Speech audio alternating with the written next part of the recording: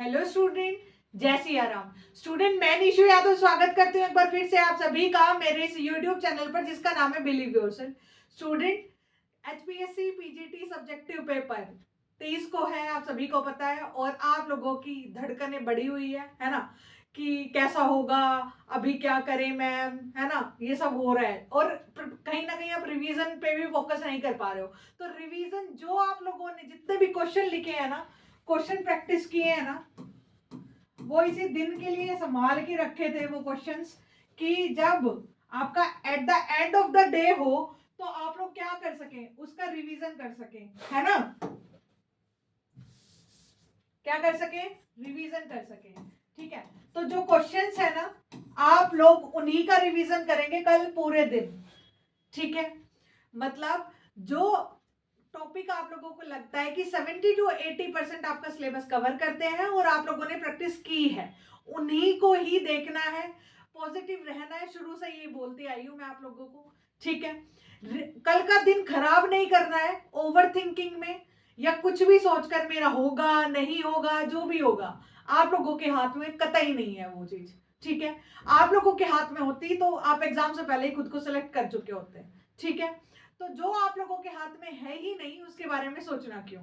ठीक है, एक कल परसों से तो आप लोग जाना शुरू कर दोगे, आपका पेपर है वहां।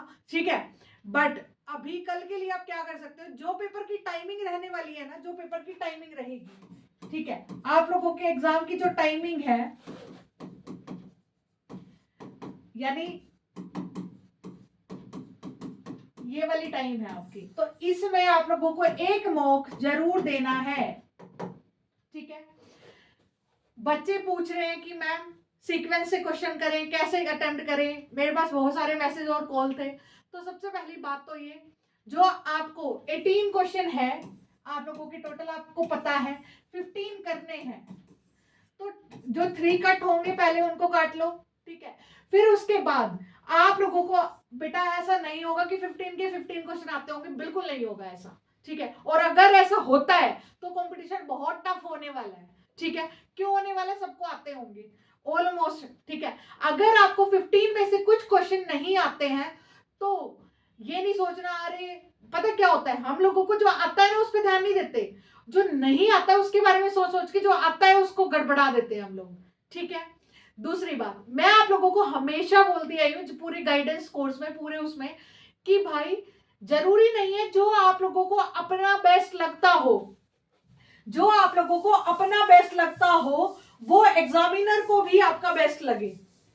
समझे मेरी बात, जरूरी बिल्कुल नहीं है कि जो आपको अपना बेस्ट लगता है वो एग्जामिनर को भी आपका बेस्ट लगे। ठीक है, मैं ये बोल रही हूँ। कई बार क्या हुआ, बच्चों ने मेरे पास लिख के क्वेश्चन भेजे, आप लोगों को पता है मेरा कोर्स था, तो कई बार ही भेजे तो उनको अपना बेस्ट लगता था, मुझे नहीं लगता था। तो एज पर योर चॉइस, जो आपका बेस्ट है, कई बार वो एग्जामिनर की तरफ से नहीं होता है। तो आपको क्या करना है, सबसे पहले तो आप लोगों को ये टिप अपनानी है, इक्वल इंपॉर्टेंस देनी है,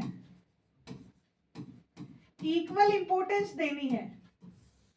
ठीक है, जितने भी क्वेश्चन है इक्वल इंपॉर्टेंस देनी है। अब बच्चे बोलेंगे मैम इक्वल इंपॉर्टेंस कैसे दें अगर नहीं आया तो क्वेश्चन। अरे भाई 10 क्वेश्चन, मान लो 15 क्वेश्चन आपको करने हैं, सपोज करो आपको 10 तो बिल्कुल आते हैं।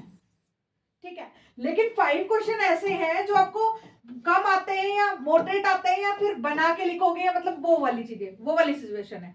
तो इन सभी क्वेश्चन को आप इक्वल इंपॉर्टेंस दोगे। ये तो आते हैं तो ये नहीं, ये बेस्ट करने के चक्कर में आप इसमें तो 4 to 5 पेजेस करे जा रहे हैं। ठीक है, और हाँ ये तो मेरा बेस्ट है, अरे भाई टीचर पक जाएंगे, उनको पता चल जाएगा आपका। ठीक है, तो एक तो ना इक्वल इंपॉर्टेंस देंगे तो टीचर को ना थोड़ा मतलब ढूंढना पड़ेगा कि आपका बेस्ट कौन सा है। ठीक है, तो वो चीजें, एक तो ये रखना है, ये भी नहीं कि बिल्कुल गिन के ही चीजें करनी है, नहीं फिर भी गड़बड़ा जाएगी। मतलब ये करना थोड़ा कि पेजेस को थोड़ा, मतलब टीचर को ज्यादा समझ में ना आए कि एक में तो बिल्कुल 4-5 कर रखे हैं और एक में 2 है, 1.5 है, ऐसा नहीं करना है बिल्कुल। ठीक है, इक्वल इंपॉर्टेंस देनी है। दूसरा, ऐसा मत करना स्टार्टिंग में तो भाई सजा सजा के मोती और लास्ट में जाके बिल्कुल, ऐसा भी नहीं करना। मॉडरेट राइटिंग रखनी है आपको, मॉडरेट सारी चीजें करते हुए चलना है। स्टार्टिंग से ही आपको पता है 3 घंटे का पेपर है, ना 1 मिनट कम ना 1 मिनट ज्यादा, तो आप लोगों को उस हिसाब से पैनिक नहीं करना है अभी भी और वहां पर भी।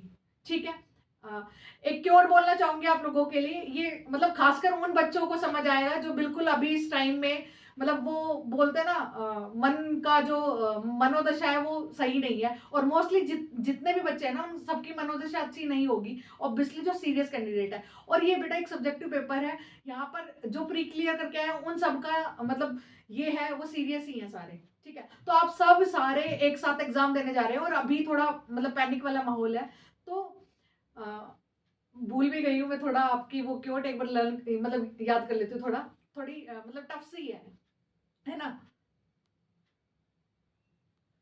भावुकता से कर्तव्य बड़ा, भावुकता से कर्तव्य बड़ा, ठीक है।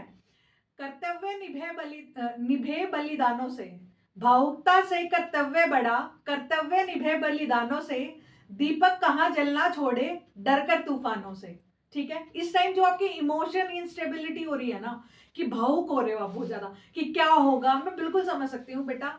बिल्कुल मतलब वो चीजें हैं कि कहीं ना कहीं हम एग्जाम से पहले वो चीज फील करते हैं कि पता नहीं होगा या नहीं होगा, खासकर जो विमेन्स होती हैं कि भाई पूरी मतलब मैन के साथ तो ये होता है भाई जॉब करी घर पे तो खाली एटलीस्ट खाना तो बना बनाया मिल जाता है उनको, तो विमेन वो होती है जो खाना भी खुद बनाना है, बच्चों को भी देखना है, तो वो इमोशनल इंस्टेबिलिटी रहती है थोड़ी सी, और इन सब के बावजूद हम लोग प्रिपेयर करते हैं, तो वो भावुक हो रखे होंगे। बट भावुकता में आके कर्तव्य को नहीं छोड़ना है और कल के दिन को बिल्कुल नहीं बिगाड़ना है, ठीक है।